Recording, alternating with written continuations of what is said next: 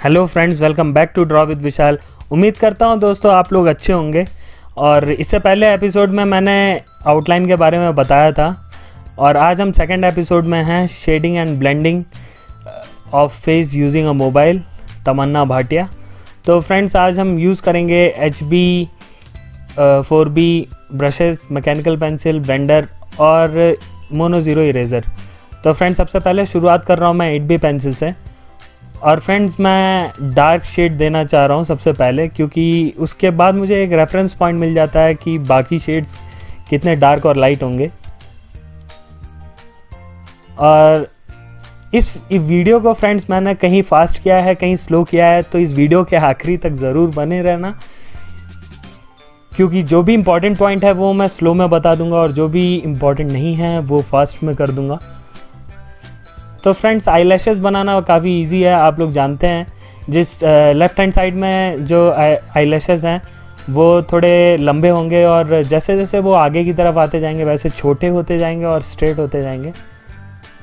और मैं पहले डार्क पेंसिल ही यूज़ करके डायरेक्ट मैं आईब्रो शेड कर रहा हूँ। बस फ्रेंड्स एक बात का ध्यान रखना है इसमें, आपको जहाँ भी आपको ऐसे हाइलाइट्स टाइप की दिख रही हैं वहाँ हल्की हल्की स्पेसेस छोड़ देनी है बीच में। उसके बाद आप उसे 4B से शेड कर सकते हैं या ब्लेंडिंग स्टम्प भी चला सकते हैं।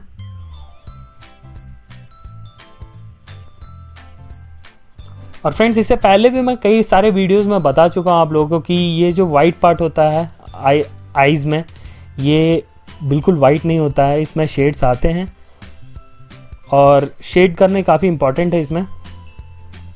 और मैं हमेशा ऐसे सर्किल कर देता हूँ जो भी हाइलाइट्स होती हैं, उसके बाद से मैं डार्क करता हूँ, जिससे कि मुझे एक आइडिया लग जाता है कि मतलब ऐसे मिक्स नहीं हो जाता, मेरे दिमाग में एकदम क्लियर होता है कि मुझे यहाँ पे पेंसिल नहीं चलानी है और बाकी जगह मैं ध्यान दे पाता हूँ।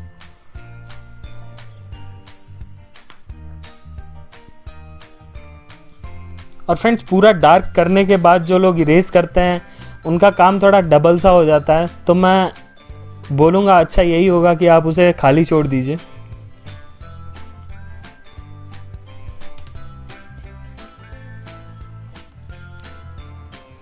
फ्रेंड्स डार्क वैल्यू इसीलिए मैं सबसे पहले डार्क इसीलिए करता हूँ जिससे मुझे एक आइडिया लग जाए कि मुझे कहाँ कहाँ कितना कितना शेड करना है।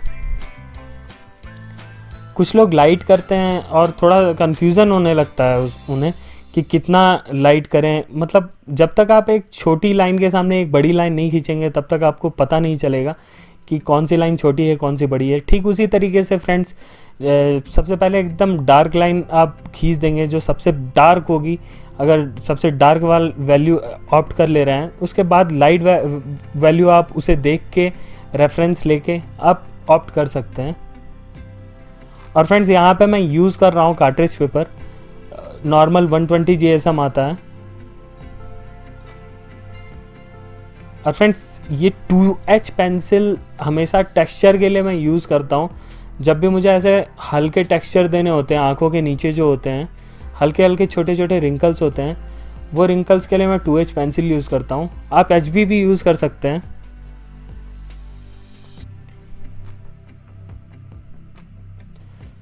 ब्लेंडिंग स्टम्प से काफ़ी चीज़ें इजी हो जाती हैं फ्रेंड्स।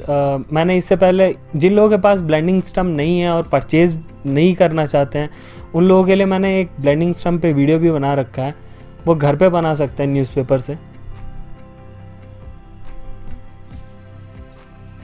और फ्रेंड्स ये कॉर्नर में मैंने लिंक दे दिया है, आप चाहें तो वो वीडियो देख सकते हैं और डिस्क्रिप्शन भी खोल के आप देख सकते हैं। तो फ्रेंड्स जिस तरीके से मैंने वो वाली आँख बनाई है इसी तरीके से ये वाली भी आँख बना रहा हूँ, तो इसलिए मैंने थोड़ा फास्ट कर दिया है। और 4B से मैंने शेड किया है फ्रेंड्स, जो लाइट पोर्शन है प्यूपिल का जो लाइट पोर्शन है वो मैंने 4B से शेड किया है और जितने भी डार्क पोर्शन है वो 8B से शेड किए हैं। आप देख सकते हैं फ्रेंड्स दोनों आंखों में कितना ज़्यादा डिफरेंस है। अभी मैं जब प्रोग्रेस कर रहा हूँ तो आप देख सकते हैं कितना ज़्यादा अभी डिफरेंस है, लेकिन अभी धीरे धीरे जैसे जैसे मैं आईलैशेस बनाऊँगा और जैसे जैसे मैं काजल और लगाते जाऊँगा तो दोनों की दोनों इक्वली हो जाएंगी। और इसी तरीके से थोड़ा सा इल्यूज़न क्रिएट होता है फ्रेंड्स, क्योंकि 3D और 2D में काफ़ी फ़र्क होता है। और थोड़ा ऐसे दिमाग को चकाचौंध हो जाती है कि मतलब कन्फ्यूज़न सा हो जाता है कि क्या सही है, कौन सा सही है, कौन सा गलत है। इसलिए हम लोग जब आउटलाइन बना रहे थे तब हमें काफ़ी सारी कन्फ्यूजन्स का सामना करना पड़ा था फ्रेंड्स, लेकिन अभी इस तरीके से देखिए, इस तरीके से हम बना रहे हैं तो काफ़ी इजी हो गया है अभी हमारे लिए।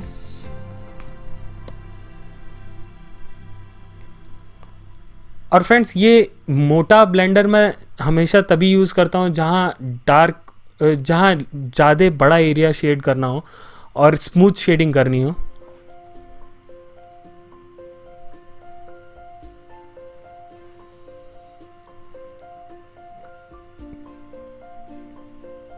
जितने भी लाइट शेड्स होते हैं फ्रेंड्स, उसको आप चाहे तो ब्रश से भी स्मज कर सकते हैं, चाहे तो ब्लेंडर से भी स्मज कर सकते हैं।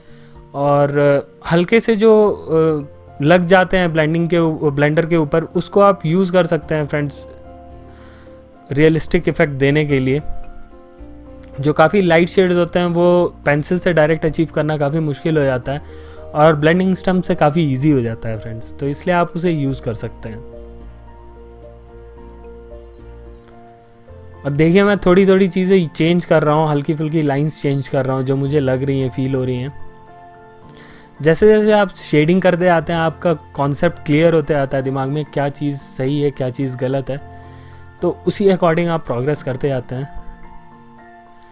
तो उम्मीद करता हूँ दोस्तों ये वीडियो आपको पसंद आया होगा और इसके अगले एपिसोड में हम स्किन को अच्छी तरीके से रेंडर करना सीखेंगे, स्किन का जो टेक्सचर होता है वो देना सीखेंगे और स्किन में स्मूथ शेडिंग कैसे अचीव करते हैं वो देना सीखेंगे।